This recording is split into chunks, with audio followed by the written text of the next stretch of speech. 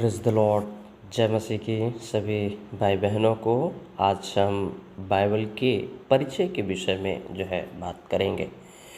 Bible अन्य सभी पुस्तकों से भिन्न है। जब आप इसे देखेंगे तो यह एक पुस्तक के समान दिखाई देता है, परंतु यह विभिन्न 66 पुस्तकों से निर्मित है, जिसका आरंभ उत्पत्ति की पुस्तक से और अंत प्रकाशित वाक्य की पुस्तक से होता है। बाइबल की 66 पुस्तकों को दो समूह में विभक्त किया गया है। प्रथम भाग को पुराना नियम और दूसरे भाग को नया नियम कहते हैं। पुराने नियम में हम देखते हैं 39 पुस्तकें और दूसरे नया नियम में 27 पुस्तकें हम देखते हैं। बाइबल के आरंभ में आप बाइबल के सभी पुस्तकों का नाम पाएंगे। यह आपको प्रत्येक पुस्तक के आरंभ होने की पृष्ठीय संख्या बताता है। बाइबल को किसने लिखा, ये महत्वपूर्ण सवाल है। बाइबल के लेखन में लगभग 40 व्यक्ति सम्मिलित थे। इसे प्रथम व्यक्ति से लिखे जाने से लेकर अंतिम व्यक्ति से पूर्ण होने में लगभग 1600 वर्ष का समय काल लगा था। परंतु इसमें सबसे महत्वपूर्ण तथ्य स्मरणीय है कि बाइबल परमेश्वर की प्रेरणा से रचा गया। बाइबल की प्रेरणा से हमारा क्या तात्पर्य है, ये सवाल है। हमारा तात्पर्य है कि मनुष्यों ने प्रत्यक्ष रूप से परमेश्वर के नियंत्रण में होकर लिखा। परमेश्वर ने उन्हें मार्गदर्शन दिया, इसलिए उन्होंने वही लिखे जो बातें परमेश्वर उनसे लिखवाना चाहते थे। बाइबल के ये निम्नलिखित पद हमें स्पष्ट रूप से सिखाते हैं कि बाइबल के लेखक परमेश्वर से प्रेरित थे। दूसरा पत्रस उसका पहला अध्याय 21 कलम में इस बात को आप पढ़ सकते हैं कि कोई भी भविष्यवाणी मनुष्य के इच्छा से कभी नहीं हुई, पर भक्तजन पवित्र आत्मा के द्वारा उभारे जाकर परमेश्वर की ओर से बोलते थे। और पवित्र शास्त्र में हम ये भी बात को देखते हैं, दूसरा थिमोथियुस 3 और उसका 16 और 17 कलम में, हर एक पवित्र शास्त्र परमेश्वर की प्रेरणा से रचा गया है और उपदेश और समझने और सुधरने और धार्मिकता की शिक्षा के लिए लाभदायक है। अतः हम देखते हैं कि बाइबल परमेश्वर का वचन है। कुछ लोग कहते हैं कि बाइबल में केवल परमेश्वर के वचन संकलित हैं।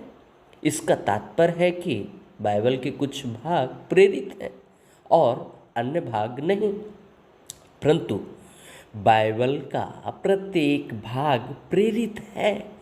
हर एक पवित्र शास्त्र परमेश्वर की प्रेरणा से रचा गया है, जैसा कि हमने तीमुथियुस 3:16 में देखा। एक अन्य महत्वपूर्ण तथ्य स्मरणीय है कि परमेश्वर ने मनुष्य को अन्य और कोई संदेश नहीं दिया है।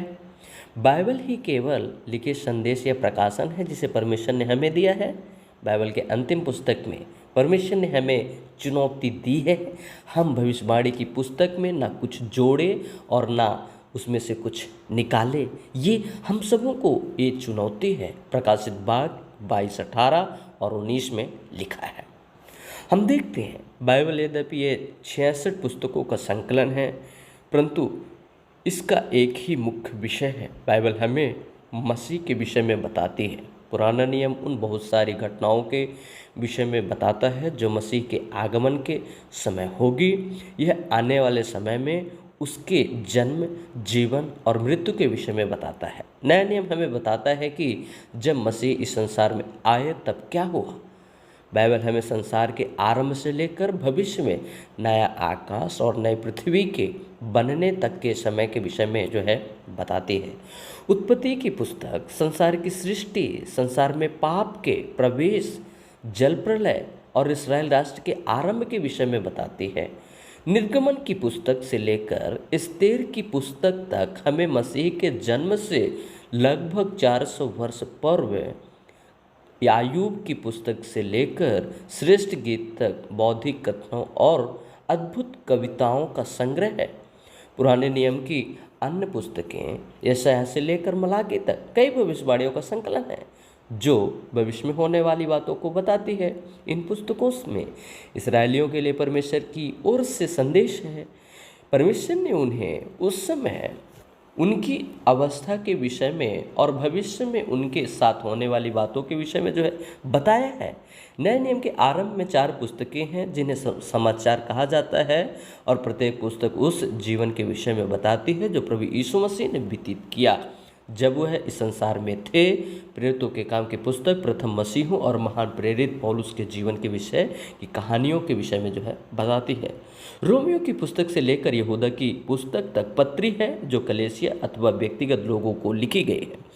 ये पत्रियाँ मसीही विश्वास की महान सच्चाइयों के विषय में वर्णन करती है और हमें स्पष्ट शिक्षा देती है कि कैसे हमें मसीह के रूप में जीना है।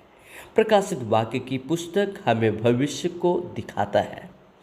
यह हमें उन घटनाओं के विषय में बताता है जो स्वर्ग में, पृथ्वी पर और नरक में होगी। ये सब बाइबल जो है इसके विषय में हमें परिचय देती है। इस बाइबल के जो सारांश है, बाइबल के विषय में किसी ने कहा है कि यह पुस्तक परमेश्वर के मन, मनुष्य की अवस्था, उद्धार का मार्ग, पापियों का न्याय और विश्वासियों के आनंद का विवरण है। इसकी शिक्षाएं पवित्र, इसकी अव्यवस्था बद्धकारी, इसका इतिहास सत्य और इसके निर्णय अपरिवर्तनीय है।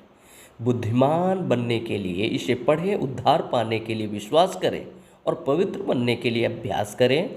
इसमें ज्योति है जो आपको राह दिखाने के लिए भोजन है, आपको बल देने के लिए सतावना है और आपको हर्षित करने के लिए मसीही इसका मुख्य विषय है। हमारी भलाई के लिए इसकी रचना की गई है। परमेश्वर की महिमा ही इसका अंत है।